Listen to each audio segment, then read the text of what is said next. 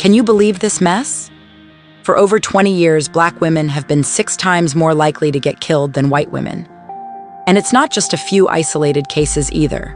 There's a whole study on it, and they're blaming it on structural social inequities. Like, do they even know what that means?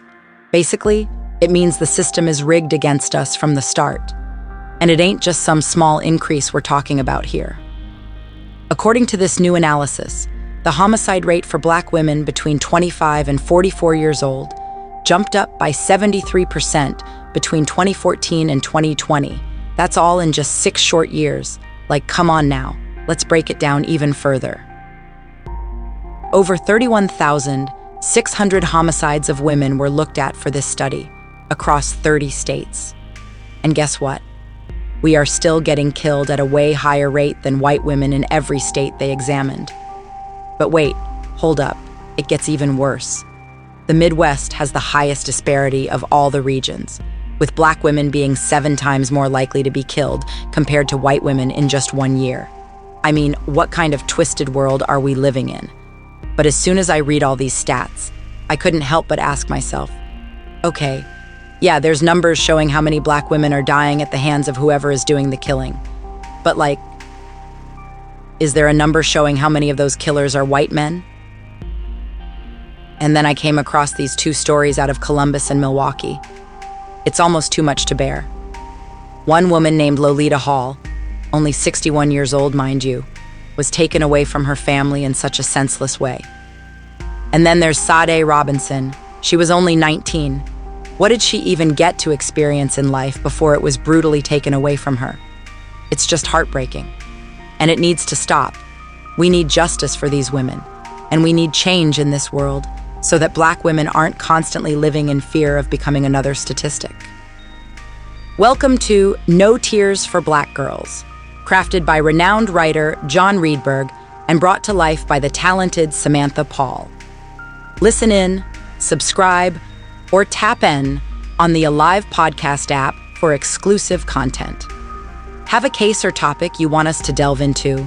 Head to our website, notearsforblackgirls.com, or send us an email at notearsforblackgirls@gmail.com. Lo-Letha Hall, a 61-year-old native of Columbus, Ohio, was a woman of endless abilities. From a young age, her love for plants bloomed into a full-fledged passion, leading her to pursue horticulture at Ohio State University. But she didn't stop there. She took on various jobs like working at a tax agency, launching her own janitorial business, and even driving for Uber. No task was too big or small for Lo-Letha, as she constantly sought ways to improve herself and bring in some extra cash. Little did she know that signing up for Uber would lead to her tragic demise. The obituary of this vibrant and accomplished woman highlights the close bond she shared with her sisters, Melissa and Marquita, who often embarked on thrilling escapades and shared heartfelt conversations with their dear sibling. They learned so much from her over the years. Besides tending to her garden, Lo-Letha had another fervor: driving. On March 25, 2024, she received a ride request through Uber to pick up a package at a residence in Clark County, Ohio. However, little did she know that this would be her final journey. The homeowner, an elderly man named William Brock, had recently fallen victim to a deceptive phone call from someone posing as a courthouse official. And unfortunately, Lo-Letha's arrival at his home would end in tragedy. Mr. Brock had been conned into thinking his relative was in custody and needed a large sum of cash for release. Lieutenant Christopher Schultz of the Clark County Sheriff's Office released a statement about the incident, but it offered no consolation for Mr. Brock's distress. To make matters worse, the scammer had the audacity to order an Uber driver, Lo-Letha Hall, to come to Brock's residence in South Charleston, Ohio, which was an hour away from Dayton. As you can imagine, poor Ms. Hall had no idea what danger awaited her upon arrival. Lo-Letha arrived at the designated address, expecting a simple transaction, but as she approached the door, it flew open with a bang, revealing Mr. William Brock in a fit of rage, a gun pointed straight at her. He accused her of absurdities and forcefully snatched her phone from her grasp before chasing her into the driveway. The situation quickly devolved as the 81-year-old's paranoia took over and he fired 3 bullets at Lo-Letha. The tragic story unfolds before us, does it not? A diligent black woman simply trying to earn a decent wage, silenced by the warped delusions of an aging white man. One can't help but wonder, could race have played a role in this senseless act? In response to the tragic events, Uber has swiftly banned the account used to summon Lo-Letha to Brock's home and is cooperating fully with authorities in their investigation. The company has also reached out to Lo-Letha's heartbroken family, extending their deepest condolences. Yet even this cannot erase the fact that William Brock is ultimately responsible for this heinous crime. Now facing charges of murder, assault, and kidnapping, he may very well spend the rest of his days rotting behind bars, and rightfully so. The new search for remains in the killing of a 19-year-old Milwaukee woman. Prosecutors have charged Maxwell Anderson with homicide, mutilation, and arson in the death of 19-year-old Sade Robinson. Sade Robinson was a shining light in her community, beloved by all who knew her. The 19-year-old had big dreams of pursuing a career in criminal justice after graduating from Milwaukee Area Technical College. Her family set up a GoFundMe page to honor her memory and give her a dignified farewell as they struggled to come to terms with the sudden loss of their daughter, sister, and friend. Her former boss shared that Sade was a social butterfly, always brightening up the workplace with her outgoing nature and friendly conversations. She was known for never missing work, so when she didn't show up for her shift at the local pizza restaurant on April 1st, her coworkers were immediately concerned. The day before she disappeared, Sade had plans for a date with 33-year-old Maxwell Anderson. She texted a friend saying they were going to get seafood, and the two were seen together at a nearby seafood spot where Anderson used to work. The next day, Sade failed to show up for work, and attempts to reach her went unanswered. Worried about her safety, her coworkers closed the pizza shop for 3 days to focus on finding her. Police were also called in for a welfare check on her apartment, but she was nowhere to be found. As news of Sade's disappearance spread throughout the community, efforts to find her intensified. Despite being originally from Mississippi, the community banded together in search of their missing neighbor and friend. A sense of community anguish over this unspeakable tragedy permeates the air. D.D. David, one of the many volunteers helping in the search for missing young woman Sade Robinson, fervently expresses her support. "I don't know the family, but I want to make sure they know they are loved and supported by the community. I hope more people will join us in searching for Sade." However, as more details surrounding Sade's disappearance begin to surface, a chilling truth becomes apparent. Sade's 2020 Honda Civic was found burned beyond recognition the morning after her date with David Anderson, a man who had now been charged with her murder. Despite the extreme fire damage, detectives were able to find remnants of Sade's belongings within the wreckage. Thanks to a location-sharing app on her phone, authorities were able to trace her last known whereabouts before she vanished, from the seafood restaurant where she had dinner with Anderson to a nearby sports bar, then back to Anderson's home, and finally Warnemont Park. It was there that police would tragically discover more remains belonging to Sade.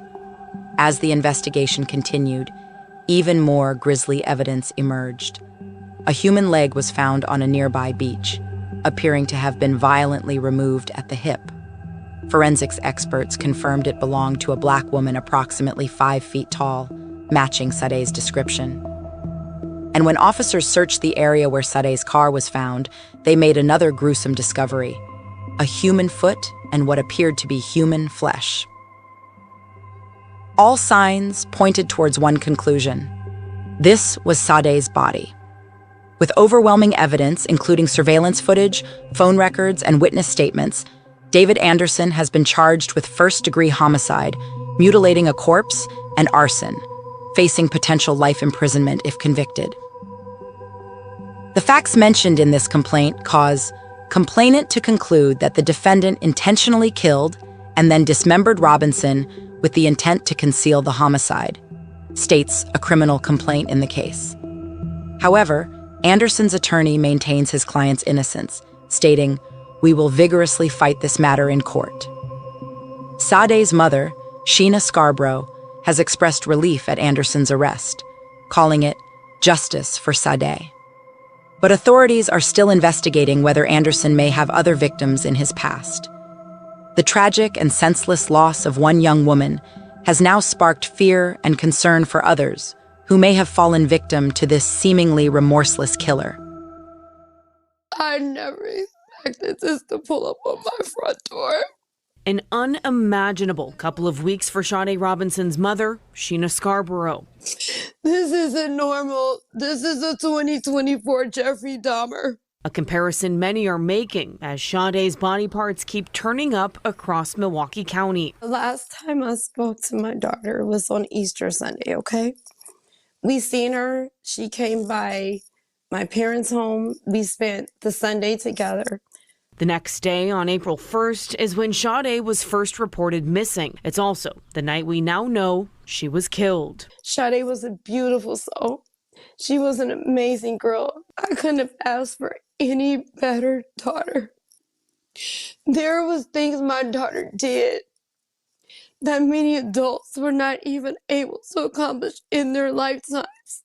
Sade was set to graduate with her associate's degree next month. This has caused so much emotional effect to my family, my parents, who love my baby so much, her grandparents, her uncles, her aunties, the community. Everyone has pulled up. This has affected many people in Milwaukee. Over the last several weeks, friends and family of Sade have spent countless hours searching for her body to give her the proper burial she deserves. They mess with the wrong family. We're going to call all of them out, and we're going to speak for the whole community. Because I'm not about to sit down and I'm not about to sit still on this one. It's justice for Sade, Nancy. It's justice. Y'all know what y'all looking for? Yes. Okay. I just want to warn you. Grit and determination through grief. Another day of searching for Sade Robinson's remains and searching for closure for her family. I think everybody's just overwhelmed. Tracking through water and mud, Robinson's cousin sits in Warnemont Park after searching all day, too exhausted to go on camera. It's just tiring because we're not getting anywhere. But our family needs peace and we need closure, so I don't want to stop. A group of about 20, they're searching places mentioned in the criminal complaint of Robinson's suspected killer, Maxwell Anderson, accused of scattering her body parts across Milwaukee County. The search party spent most of Saturday looking here in Warnemont Park. People we spoke to say they came out to help search to try to bring peace to Robinson's family.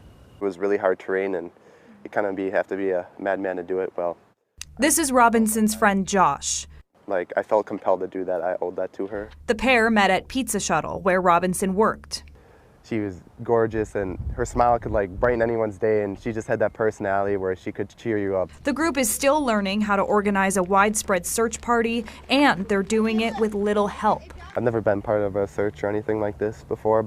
People want to get on the water because obviously she might be in the water and we don't have the resources. In Warnemont Park, Emily Pofall, WISN 12 News. The Milwaukee County Sheriff's Office telling 12 News tonight all known locations have been searched multiple times, also saying the search is ongoing as they continue to identify possible new locations through investigation.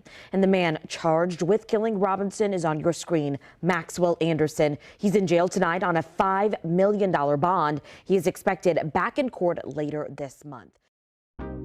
Thank you for tuning in to No Tears for Black Girls, now a part of the Alive Podcast Network, the first Black female-owned and operated network dedicated to amplifying Black voices.